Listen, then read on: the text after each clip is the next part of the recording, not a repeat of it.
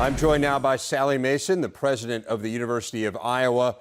President Mason, these are challenging times, as we know, for intercollegiate athletics, and the statement issued today showed some of the ways in which university presidents can address those challenges. How would you summarize that? Well, very, very simply, Dave, we very much believe in and feel it's essential to support the student-athlete model. And I put student first intentionally. All of us believe that in order to be able to give the full range of student athletes at our institutions what we feel is the most important part of an experience, a collegiate experience, which is ultimately to earn a college degree, that we need to be forceful in terms of how we do it and the ways in which we're going to do it. And our statements today, I believe, show those ways. How would you characterize the discussion amongst the presidents in reaching this statement that you issued today? You know, presidents aren't all that different from faculty, and to get them to agree unanimously on any single issue is challenging. But I would say that we've come together unanimously, without a doubt, in terms of how we support this particular issue and how we feel about maintaining amateur athleticism. President Mason, do you believe that these proposals can work within the current NCAA structure?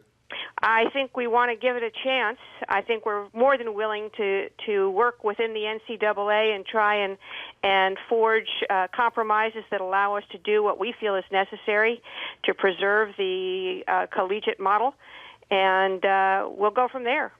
It's clear that would be a challenge. How would you envision this being policed? Well, this is not my area of expertise, but certainly enforcement is going to be one of the bigger challenges, and one of the things that we feel has to be maintained in some reasonable fashion. I'm not going to speculate on what that is. I think that there are wiser heads out there than mine that can come together with a reasonable proposal on enforcement, but it has to be there.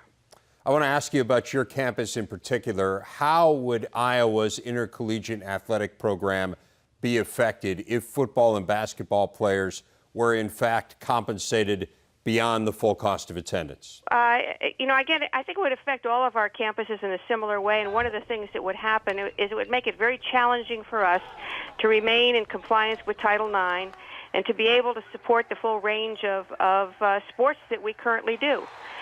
You on the Big Ten Network do a wonderful job of highlighting some of those Olympic sports, and we love being able to watch those and see those athletes perform at that same level. It would be a shame, obviously, I think, to have to forego that. Explain to people who might not be up on the issues why Title IX compliance would be a challenge under that model. Well, Title IX compliance insists on equity and gender equity in particular. So we've always been able to support men and women athletes to a similar degree, and we've worked hard to be able to do that. And that really is the essence of Title IX right there. It becomes obviously very challenging in a system where only really men's football and men's basketball are going to be the drivers.